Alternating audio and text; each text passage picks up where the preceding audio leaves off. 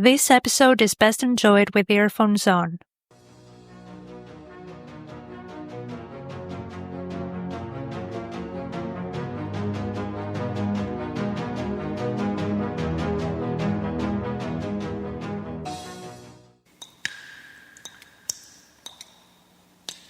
My child,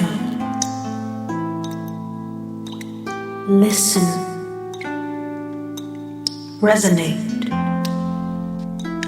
feel, see, come, listen, find me. Hey, Lovette. Are you still here with us? Yes, I'm sorry. You were saying? He will not let us pass because of some silly superstitions. It's not superstition, it's the truth. A ghost walks these ruins, moving like a shadow, searching for something. A ghost? Searching? For what? No one knows. Some say it's damn Malachor's wrath haunting the place where he died. Since then, no one has come near these ruins, and it is my duty, ladies, to stop you from walking into something far too dangerous. Because what kind of sir would I... How about 2 gold? We have a deal. Far and fair. Ha! Thank you for your concern, sir. Oh, can you believe this guy? At this point, Sionnach, nothing surprises me. Let's go inside carefully. I can feel my bow somewhere close. Whoa, this place is so different from the last time we were here. Not that I'd like to remind myself of that. It's crazy how Malachor was so hated in life and he still wants to make people miserable in death too. Do you think the ghost stories are true? I believe there are things that linger. Wounds, regrets, memories. They follow us like shadows. And sometimes people see them and call them ghosts. But returning? Coming back out of spite? No. Malachor does not haunt this place. Only what he left behind does. Oh, there! Aren't you curious about what happened that day? Nope. Just glad he's gone. And how about... Here, Sionnach. Help me with this, please. It is buried deep. Leave it to me.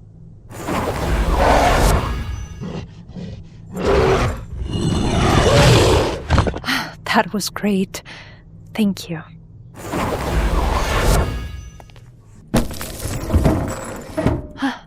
Here it is. Find me.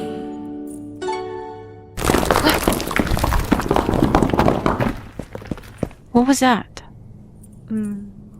A rock. Do you think it's a ghost? There are no ghosts here. Only ruins. Let's go.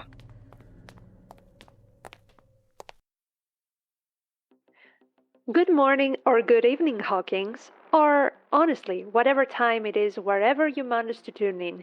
I'm Zefi, and you're currently listening to the B&D podcast, and today we are going to talk about stranger things that have been happening in Hawkins.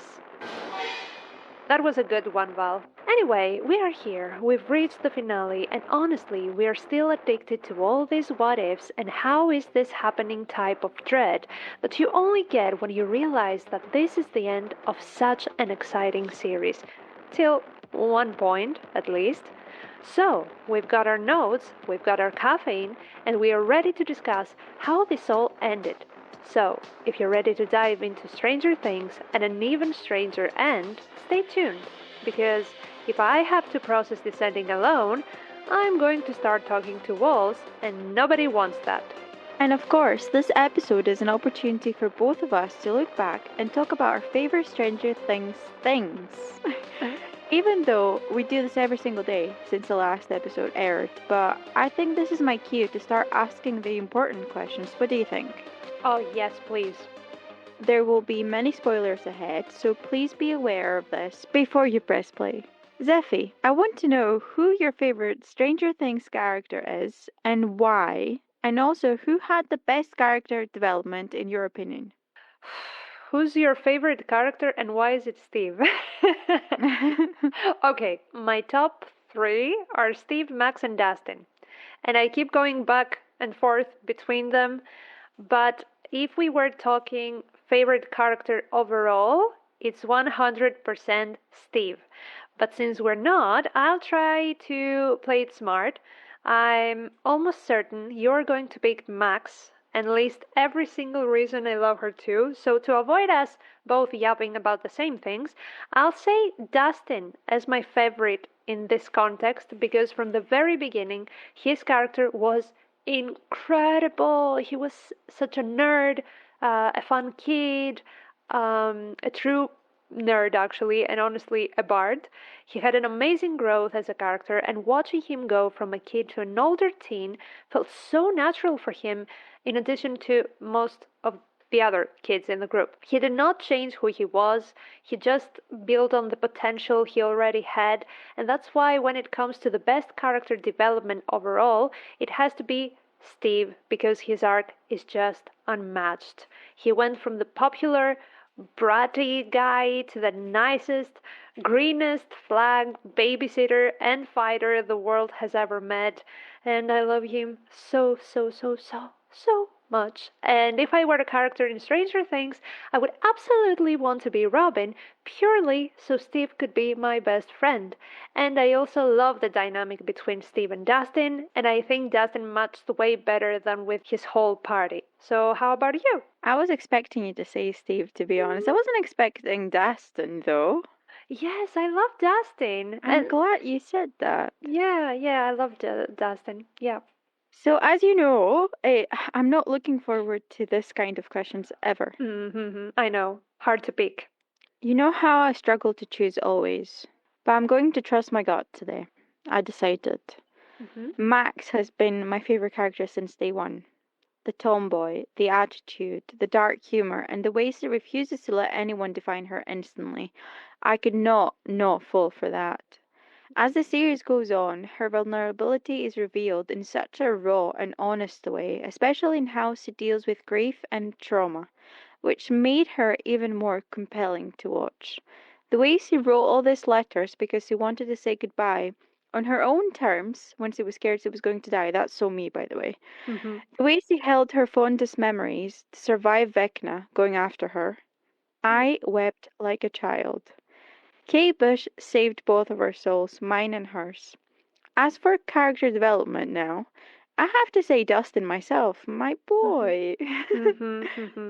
He is so precious, and I cannot believe that he became one of my favorite characters in the end. He starts out as a nerd, funny guy, but slowly grows into someone far more layered and emotionally aware. His loyalty to his friends, especially Eddie, his courage when it really counts, and the way he balances humor and emotion make his development feel both subtle yet really satisfying. By the later seasons, he isn't just there to make people laugh, he's an essential part of the group, and one of the characters you can always rely on. He kept his promise to one of the guys he looked up to. That says a lot about him. He needs more recognition than people are giving him. His speech was probably the only thing I actually liked in the final episode, to be fair. But anyway, we'll talk more about this later. We will. We're not leaving this. For now, which season do you think was the strongest and why? What was your favorite scene of the season? I'm sure that we're both gonna say the same thing here, but it doesn't matter. Let's go. It has to be season 4 for me. Oh, yeah. That's when I actually became obsessed with the show. I remember watching the first 3 seasons and feeling like there was something missing. I wasn't actually following the story, to be honest. I was like a bit off. Then Eddie appeared, and he gave me all the obsession I needed to keep going. It felt darker, season 4, more intense and emotionally heavier in a way that really pulled me in. You know that I'm a drama queen, I need the drama. The stakes were higher, the horror elements were subtle but stronger, and the characters were pushed to their limits. Max's character arc kept me on my toes the whole time. And definitely, my favorite scene, not just from that season, but the whole show, has to be Eddie's performance of Master of Puppets. It was such an unforgettable moment for me, my rock star hero in shining armor, and it perfectly captured what season 4 was all about for me. Music, emotion, and pure adrenaline. He sacrificed himself for a town that hated him. How pure is that? Eddie really was a hero. He died as a hero. And Val was crying so hard over his death. And I get why. As for me, I loved his character a lot. But I don't know, personally, he did not hit me the same way Max did. Because Max being trapped into Vecna's domain and running for her life toward the portal, trying to get back to her friends in the graveyard. That scene is forever imprinted into my brain. I was tearing up just from the goosebumps alone. It was so intense, so epic. And the music, oh my god, the music was insanely powerful. Everything about that moment just perfect. Perfect. Everything's chef's kiss. And because of that, season 4 is absolutely my favorite too. I was genuinely so happy watching it. Season 1 had its own special vibe, for sure, and I do miss the kids just being kids, but season 1 did not have Max, and we need Max in this series, guys. We do. She's a fan favorite for sure, and she's a B&D favorite For as sure. well. But since you mentioned music, and I did as well, when it comes to music, I think they nailed it in general. Which song was your favorite and why? And also, what would be your personal Vecna weakness song? Running Up That Hill is my top of the top. I genuinely do not think any other track in the show hit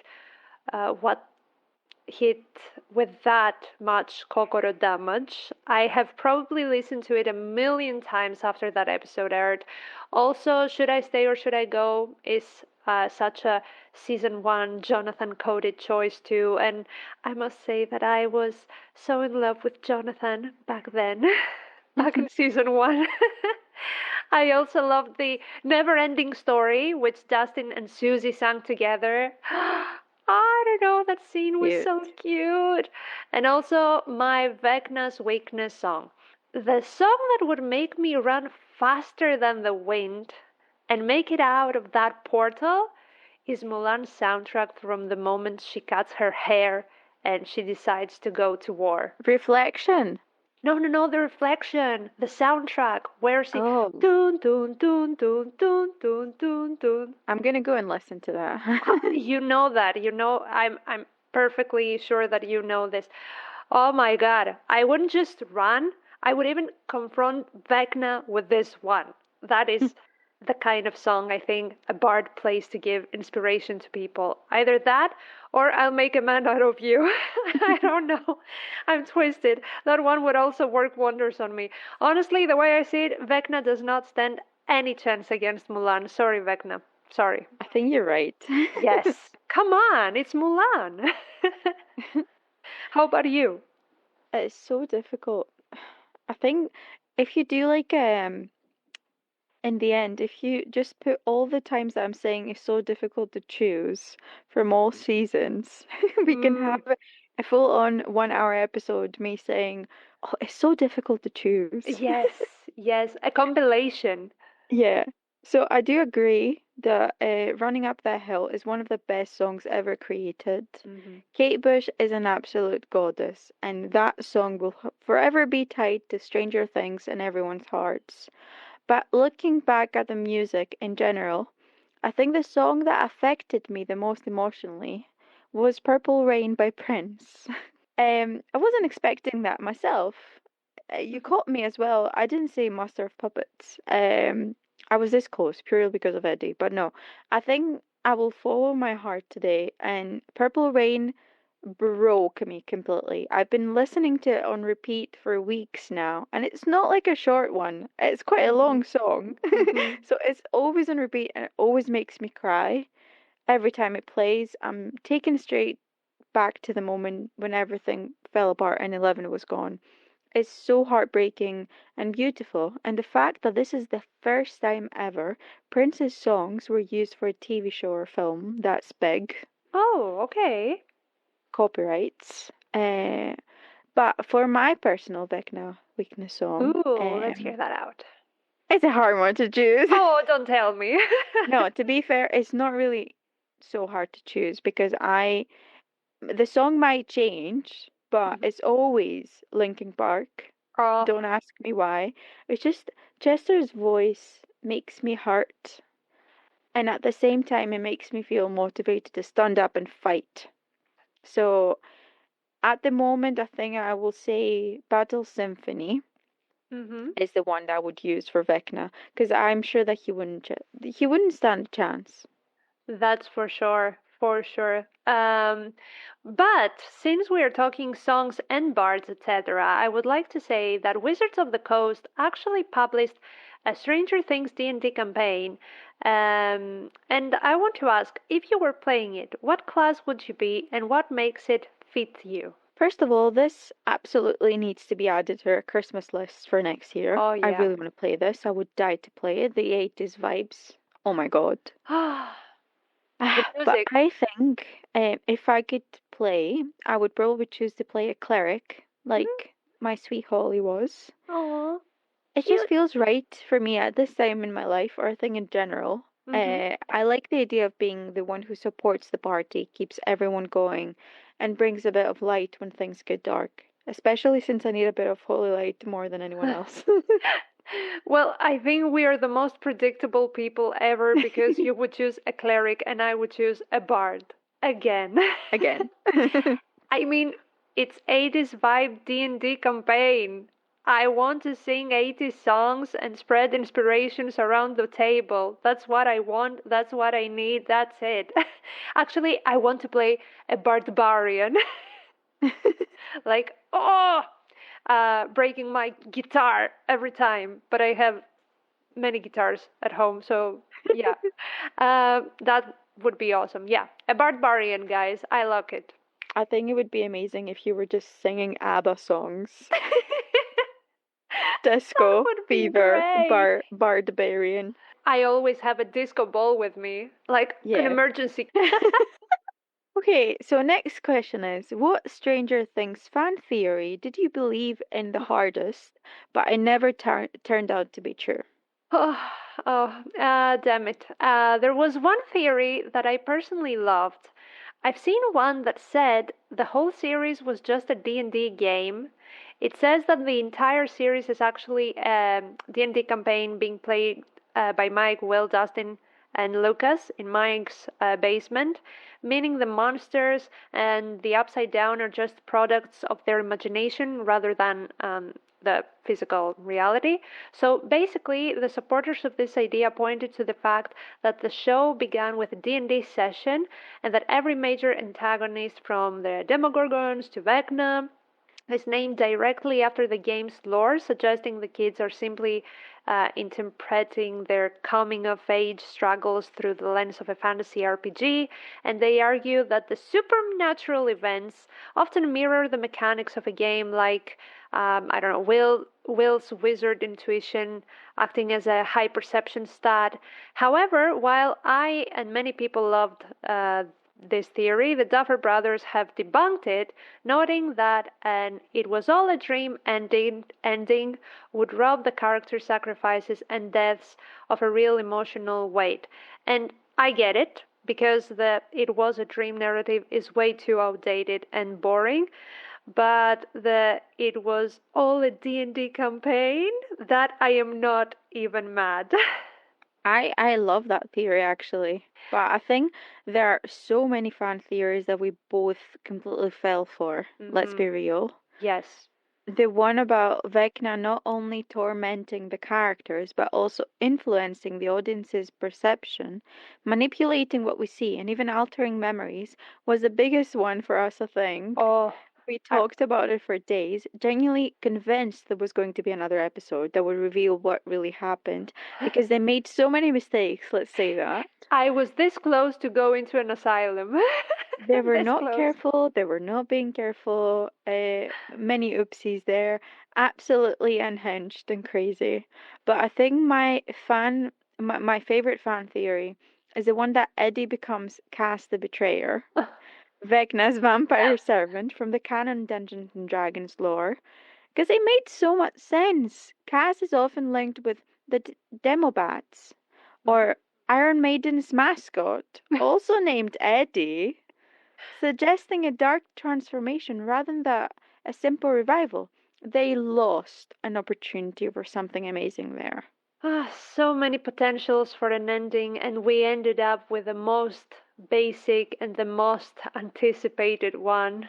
So let's begin. First of all, did you like the ending? Be real here. And if you could change one thing about it, what would it be? Okay, I'm going to be quite short here because I don't want to show how much it affected me, how upset I was. Um, Bittersweet feelings. I have to admit that the final moment when Mike was watching the new gang playing D&D was incredibly moving for me. It made me think about the future, watching my nephews or maybe even my own children one day starting their own D&D campaign, and that part really hit me. The ending though, in general as a whole, felt really plain, like no salt at all. There wasn't anything that made me jump out of my seat, you know? I needed something more extra. And again, I don't actually believe Eleven is still alive. I think it's just Mike's way of coping with grief. Yeah, in general, I'm not 100% happy, but if I could change one thing, I think like my favorite idea that I would pitch to them if I could turn back time, I would have Vecna break and turn against the Mind Flayer after Will spoke to him about fighting back. Because in the end, he would be fighting alongside the gang. I wanted like a full redemption arc for my guy Vecna, like a proper full circle moment. Was that really too much to ask? No, it wasn't, but still, the time has come. Let me get my notes because Oh my god. I personally It's have time a for lot me to go say. pee, guys. I'll be back. It's going to be a long pee. I have a lot to say. The biggest controversy of the finale is Eleven's fate, because she sacrifices herself to destroy the bridge between worlds. But Mike later suggests a theory that she is alive, having used Kali to project an illusion of her death. Well, for this to happen, it means that Kali was both alive and powerful enough to project an illusion across dimensions, or from a great distance. But given Kali's state earlier in the season, many fans and me also feel this was choose your own adventure ending that ignored the established limits of Kali's powers. Next, the timeline paradox.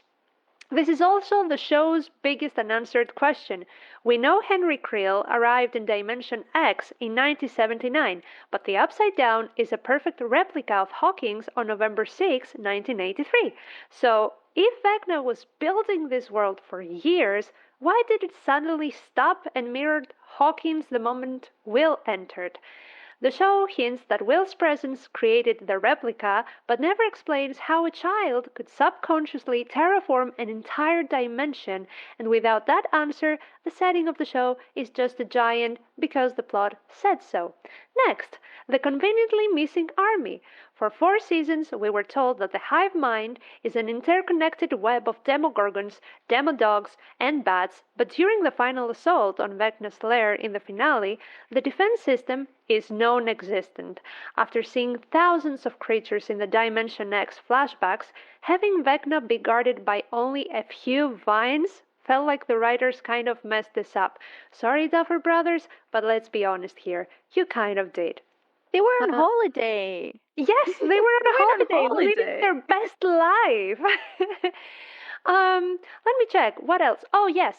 What Val said. The origin of the stone. You mentioned it, right? Am I right? The stone.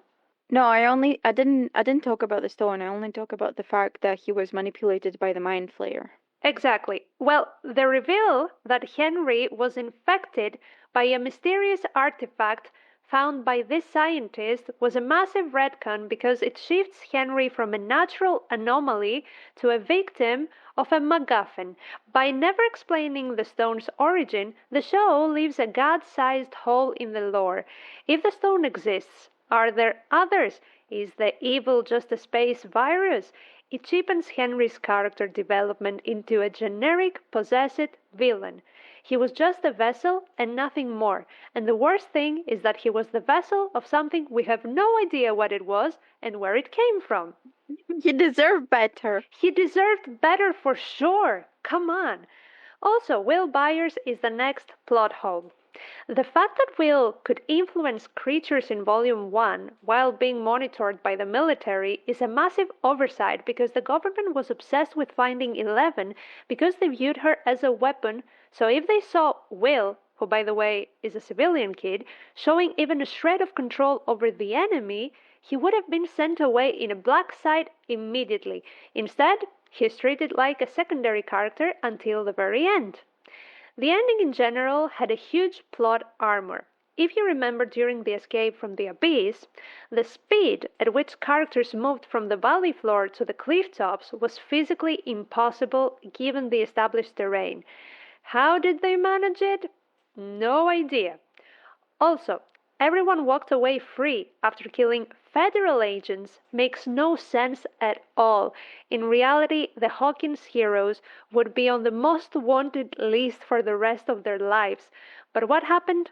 Nothing. They just moved on with their lives like nothing happened. Nancy and Hopper especially committed so many war crimes. They took down with their guns multiple U.S. soldiers from the second to last episode alone, and I guess they're not in prison. And not only that, but Hopper became a police chief again. What the? I think that the military is just the Star Wars troopers at this point. No one can change my mind. And finally, Joyce and Hopper found out about Henry, who was their classmate Vecna. But we never saw that interaction. And what the Davert brothers said was, quote, "Yes, in the gap between seasons 4 and 5, that was discussed. I mean, we talked about putting it in this season, but not enough people will have seen the play, so it would have been extraordinarily confusing for people," quote unquote. Not as confusing as it is now, I assure you. And I have so many more, but I leave it here because I think these are enough to understand that this ending was not well thought out.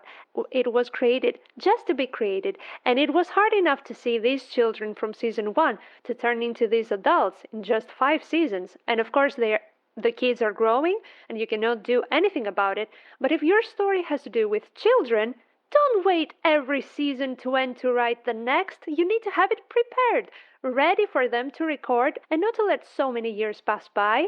But still, that was the smallest problem for me in addition to all the plot holes. So, in general, no, I didn't like the ending. Just the ending scene with the new kids getting introduced in the D&D world, but that was just a scene. So I won't say I liked the whole finale just for that beautiful touch. One thing I would like to change, the whole finale. Sorry, I love the series so much, and the music, and the aesthetic, and the actors, and everything, but the point was missed, and here we are. Still, a huge thank you to Duffer Brothers for all the great moments they've shared with us, and we will not stop fangirling about this franchise because we loved it no matter the ending. You came with receipts. Yes, of course. I've been listening. Always. I've been listening and thinking, oh, yeah, that is actually true. But I didn't actually think when I was thinking Thank about you. this question. The thing is, for people who are chronically online, like we are, if you know that there might be a chance that someone who was writing this is no longer part of the team. We're going to finish this with a really light-hearted game now, so we can just relax and calm ourselves down. Because, overall, we love the show. And that is the most important thing that we're trying to convey here. So we're going to play a game of Kiss, Marry, Kill, Stranger Things edition. Let's go. I'm so excited for this. We've got Joyce, Jem Hopper, and Karen. Kiss, marry, and kill. Mhm. The easiest one, I kill Jim Hopper for sure. I don't even think about it. I kiss Karen and I marry Joyce. How about you? What do you choose? Oh, definitely kill Jim. Thank Hate you. this man and his character as well. Um, I think, I think I'm gonna go the same with you. Yeah, Kiss because Karen Karen. is So hot. hot. Yeah. And Joyce is And I so think she would be sweet. bored with me being married to me, so it's fine. I'm just gonna stick to Joyce because we've got things in common. We're just all the time crying about things. Have you seen my son? Okay. Freaking out. Okay, let me see the next one. Vicky, Erica, and Chrissy. Ooh, I would definitely marry Chrissy. Okay. I love Chrissy. She's just a great character, and I'm sad that she died. So marry Chrissy, Mm-hmm. kiss Erica. Yes. She's feisty. I like that. And kill Vicky because basically what they did to her character was nowhere to be found. They just literally ended up not using her in the final scenes either. So yeah, kill her. It's fine. Oh, okay, okay. I'd say marry Erica because she loves D&D, so we would be so great together playing every day, talking about our characters. I would kiss Vicky because she's so cute and I'd really like to kiss her, to be honest. And I would kill Chrissy, not because I don't like her, but I She's like. already dead. Yes! Chrissy, fine. wake up! Percy, wake up. I don't like like- this. Okay, next we've got Callie, Billy, and Vecna. Oh my god. Okay, I'll say let's start with the easy one. I'll say kill Kali, touche. Uh-huh. I never had a huge connection with Kali, to be fair, so nah. I Hated don't. her. No, Billy and Vecna. Vecna is Vecna with the vines and the blah blah blah. Yeah. Oh my god, that's so messed up. Yeah, I'd say kiss Billy and marry Vecna because come on, he's powerful. As my husband, I guess Yeah. I would be queen of the damned. 100%. I'm the same. I wouldn't change it at all. Because Billy, oh my god, he's just. But Vecna, he's loyal. He's really Yes. dedicated, right? He has a cause. I like that in a man. So I would marry Vecna for sure. Vecna would be like, "Are you Dimension X? Because I'm so loyal to you." Are you a mind flayer? I'm so loyal to you. Okay, let's see. What's next? Robin. Oh, Robin, 11, and Nancy. Mm. Okay, kill 11 Okay. because I mean she was a brat for years. Mm. So it's fine, and apparently she's dead anyway. It's fine. I would kiss Nancy, Yes. and I would marry Robin because Ex- she's such I love her. Exactly the same. I wouldn't change a thing. You covered me. Good to know. 100%. Oh, let's go to The wait. next one. So Yes. we've got Steve, Jonathan, and Eddie. Oh my god. I hate to say I wouldn't kill anyone, but now that I have to choose, I must choose. I choose kill Eddie because I love the other ones. Because because I would like to have a kiss with Jonathan because he's so tortured. Ugh. And creative and a photographer and yes, but eventually I would marry Steve because he's the Can best have boy. 6 chicken nuggets. And we marry the green flags, guys, not the red flags, the green flags. Okay. Come on. Well, 100% kill Jonathan because I hate his guts. I hated him since season 1. He's just no red flag. I would kiss Steve because I like his hair. And marry Eddie because he's my favorite guy. I love him so. I know you'd marry him. I knew it. Let's go. Okay.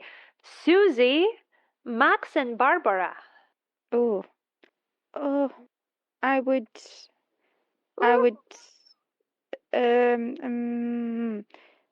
kiss Barbara. Yes. And kill Susie. And I'm sorry, Susie. And marry Max. Okay. Well, the Max one didn't surprise me, to be fair. But why would you want to kiss Barbara? I don't know. I just feel bad for her because she died like on episode 1, and it's just sad because she deserves some love. So it would be a pity kiss. Yeah. Okay. That counts too. I'd say, is that legal to say kiss Susie at this point? It's fine. It's okay. Okay, I'd say I feel bad for Barbara, but I'd kill her because Susie is so awesome. She's so smart and she's a hacker and she also sings. I know this is annoying me sometimes. That's what. Yeah, maybe, I don't know. She's cute. Maybe she reminds me of myself a little bit because I'm annoying too sometimes. But I'd marry Max for sure. Yeah. We need this dynamic. We need this dynamic. Then we've got Dustin, Will, and Mike. Easy peasy. Are you going? Yeah. Sorry. I was lost in my thoughts. Kill Mike. Not it. Kill Mike yesterday. I would. Oh my God. I would kiss Will and I would marry Dustin. Same. Yes. But Dustin is so sweet and so cute and so bardic. He's the best. And yeah. By the way, for anyone who's wondering, we're talking about their adult versions, okay? Yes. That. Okay, next we've got Lucas, Argyle, and Muddy. Okay, let me think about it. I'd say oh my God, I'd say marry Lucas for sure. Husband material. I'd say kiss Murray because he's funny and kill Argyle. I don't know. Yeah. I don't like long hair. Yeah, I do like long hair, but I don't like the fact that he's smoking weed, so I'm gonna have to kill him. I'm sorry. It just triggers me a lot, so we'll go with the same as you said. And last but not least, I love this one. Henry, Vecna, and Mr. Whatsit. Oh, that's so easy. Okay. Kill Vecna, obviously. Kiss Henry and marry Mr. Whatsit. God. I think I'd say kill Vecna, kiss Mr. Whatsit, and marry Henry, because at least then his more humane form. So, yeah, anyway, so, guys, that concludes the Stranger Things series and finale and our episode 2. But before we let you go, we want to say a massive thank you to every single one of you for hanging out with us today. It really means the world that you chose to spend your time here. This community is what makes talking about this game so much fun, and we really want to know your thoughts about the finale. Come find us on the socials, and if you enjoyed this episode, please hit that follow button on Spotify. It's the best way to support the show and make sure you never miss an update. Until the next time, listen to more 80s music, play more D&D, and stay away from Mr. Watsits. Don't say we didn't warn you. And until the next time, may all your rolls be a natural 20. Bye! Bye! Hey, Val. What was that?